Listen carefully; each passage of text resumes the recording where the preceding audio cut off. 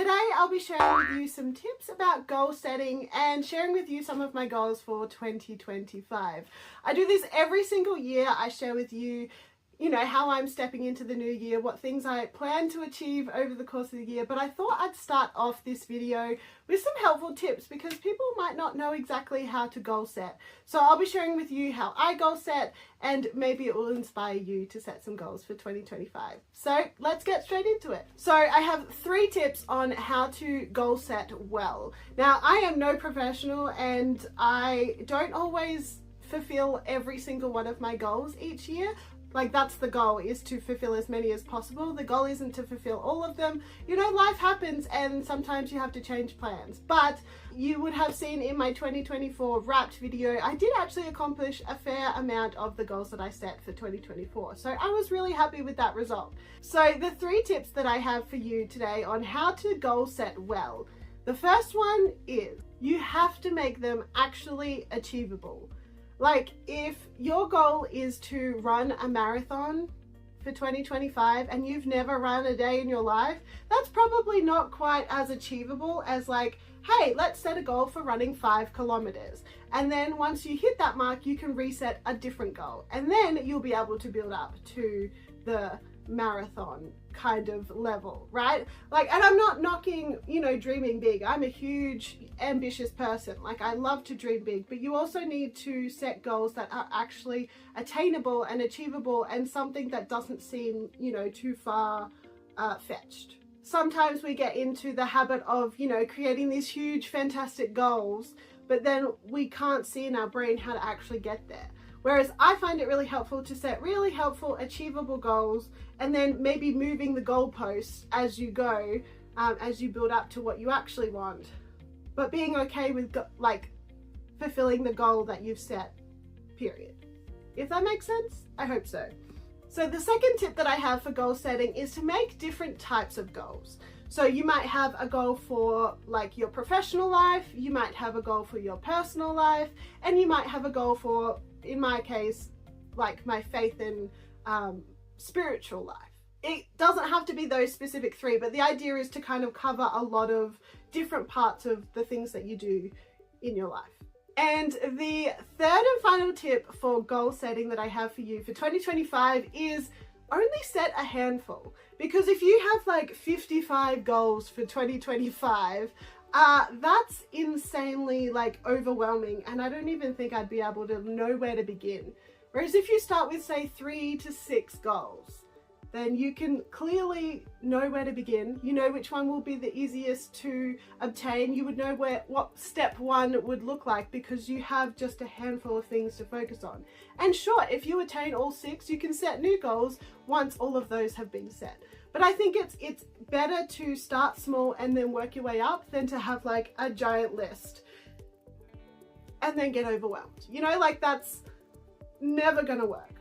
Or at least in my experience, I've never felt empowered and inspired by having 55 goals. That's just way too overwhelming. All right, so those have been my 3 tips for goal setting, and so I'm going to share with you some of my goals. They aren't all of them because some of them are personal and things that I don't want on the internet, but I do have some from lots of different categories, so I'll give you an example of those. So as you may have known from my last video, I shared with you that I started working as an announcer in a radio station, which has been my goal for so long, but it's now I'm in that role, which is so exciting and I love my job. But one of the goals that I've set for 2025 is to create good content worthy enough to submit to a radio award organization.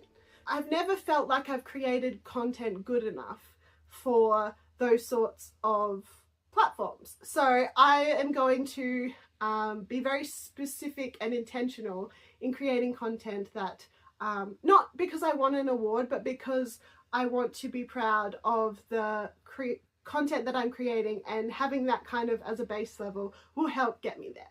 So in 2025, I really want to travel again. I haven't been overseas since 2019, which that's a long time ago. COVID really messed up the world and that's totally fine, but I would love to travel again, and hopefully this year will be that year.